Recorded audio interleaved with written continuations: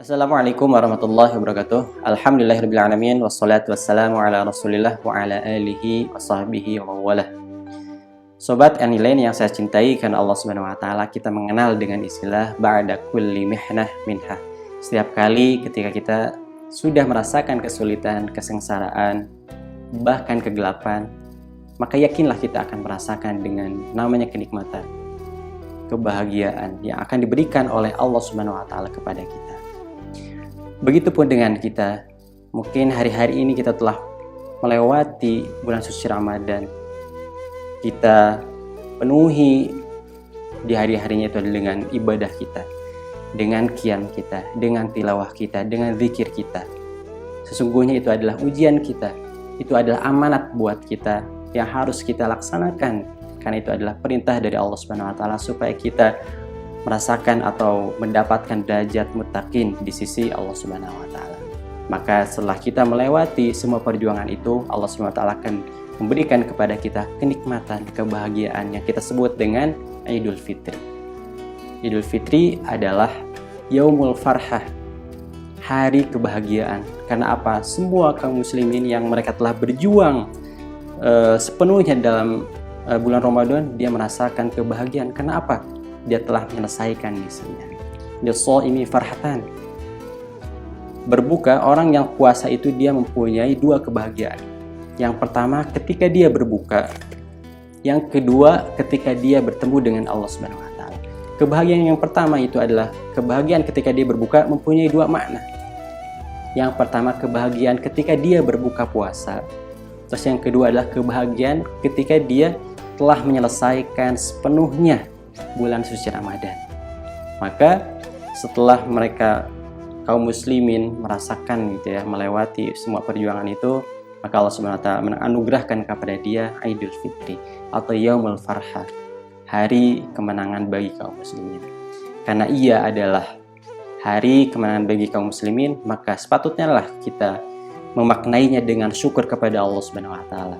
Maka Rasulullah SAW bersabda, Zainu a'yadakum bitakbir. Kita harus menghiasi hari-hari raya kita itu adalah dengan takbir, dengan membesarkan Allah Subhanahu wa taala.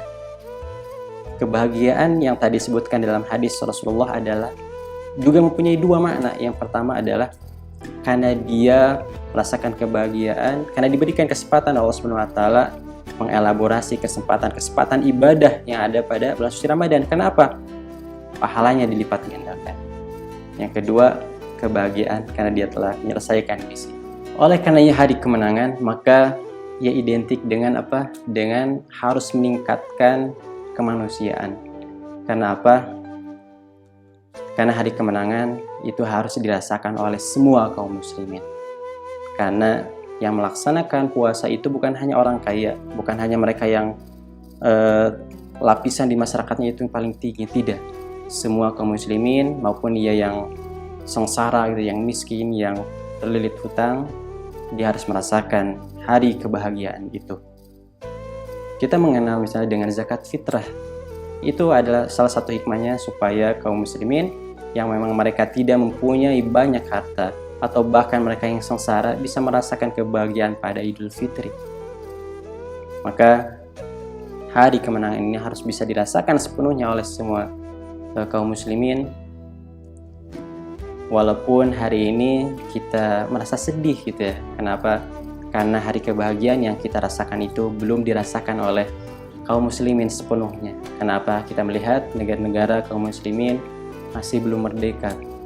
Yang kita lihat saja hari-hari kemarin, ketika mereka berpuasa itu diganggu.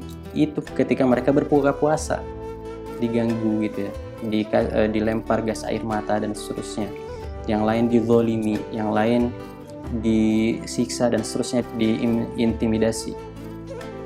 Maka salah satu mujahid Islam itu berkata, Aidukumul akbar anta taharra awtanikum. Sesungguhnya hari raya paling besar kaum muslimin itu adalah ketika tanah air mereka itu terbebas dari para penjajah, terbebas dari cukong-cukong, terbebas dari mereka yang sebut dirinya dengan manusia setengah dewa karena mereka mempunyai kekuasaan, mereka yang mempunyai semuanya, padahal itu semua hanya sementara. Satu hari, 2 hari kemudian mungkin dia bisa meninggal dan seterusnya. Mungkin demikian sobat andalan yang bisa saya sampaikan. Jazakumullah khair. Assalamualaikum warahmatullahi wabarakatuh.